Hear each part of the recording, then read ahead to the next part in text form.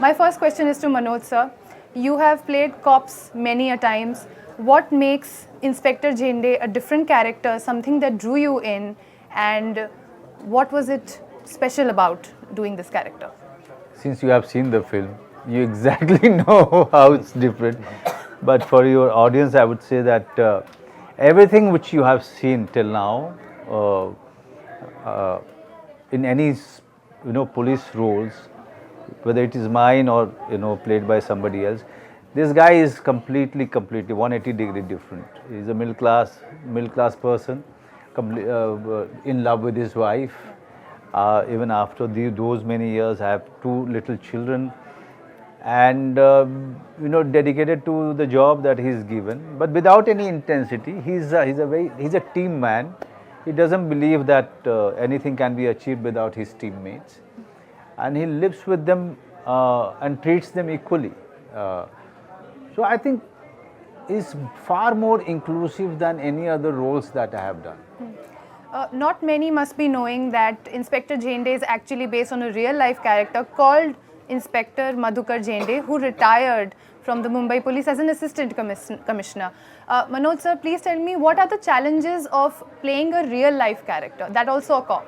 See, there can be a challenge if you are playing Gandhi, okay? Because then people have seen Gandhiji's videos, so many times.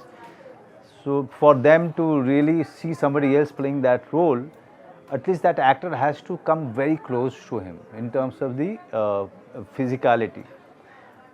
But people who are not that much known to the audience, there you have the responsibility of getting the idea of that character, the essence of that character, essence of that person, what actually made him tick, and what are the challenges and the conflicts of this man that he's faced in his life, all of those things.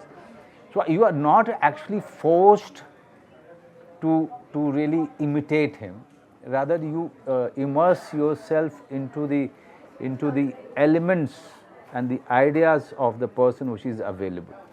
What was it playing this notorious criminal called Karl Bhojraj based on a real life character, and why do you think pop culture continues to be so obsessed with this particular character?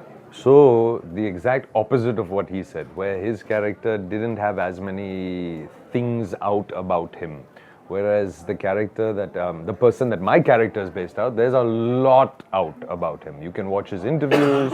There have been many representations of the man before. So I avoided watching any other representation because I didn't want to get into like imitating somebody else's interpretation of the character. Instead, I tried to go straight to the source material, of which there are many interviews. And similarly, the problem becomes when there are interviews to make the comparison, then it becomes important to imitate some of the things, like something about the quality of the voice and the accent and even the stillness and the distance and the moving between appearing charming, like how sociopath does. For a moment, they're acting, right? They're pretending to be and say what you need to hear in order for them to get their job done. And then once you're gone, they go back to neutral because they aren't feeling those emotions inside. So it's much easier to manipulate people as a consequence because they don't get swayed in the moment. They are emotionless to an extent. To an extent.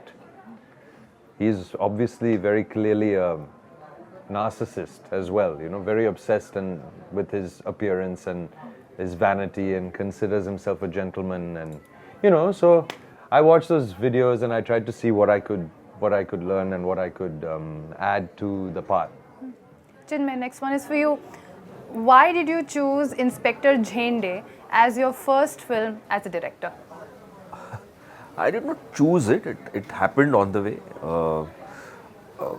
We started working on this film a few years back when this idea came up that the criminal's story has been told multiple times, but the cop's story hasn't been told as of yet. Then when we started researching, we found that the cop's side is equally interesting, also a little bit humorous. So We had to stop because of COVID a few years in between. But then, post COVID, Netflix came on board, and then the film happened the way it has happened. What has he said about his life being put on screen, Manoj sir? He hasn't seen the film. He hasn't Oh, seen Ajay, the film yet. Zende sir. Okay. No, he hasn't seen the film. He was very gracious about it, because even when we finished the script, I wanted to read it out to him because it's based on him. But he said, "Ki, no, don't read it out. I'm not worried. आपने अच्छा ही किया होगा." Why do you think that real life cops make for such interesting material on screen?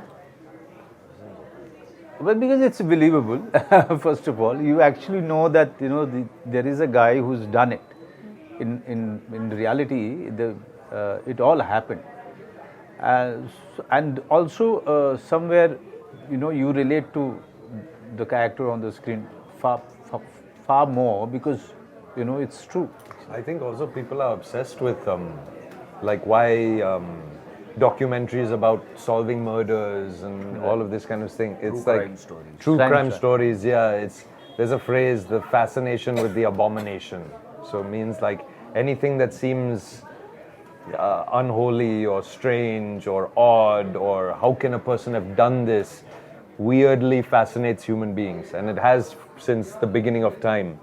Which is why gladiators, you watch gruesome, horrible things that you would never want to watch in your own house. But there's some strange, odd fascination with it. And so then the person that catches that person, the person that outsmarts that person becomes very interesting to us.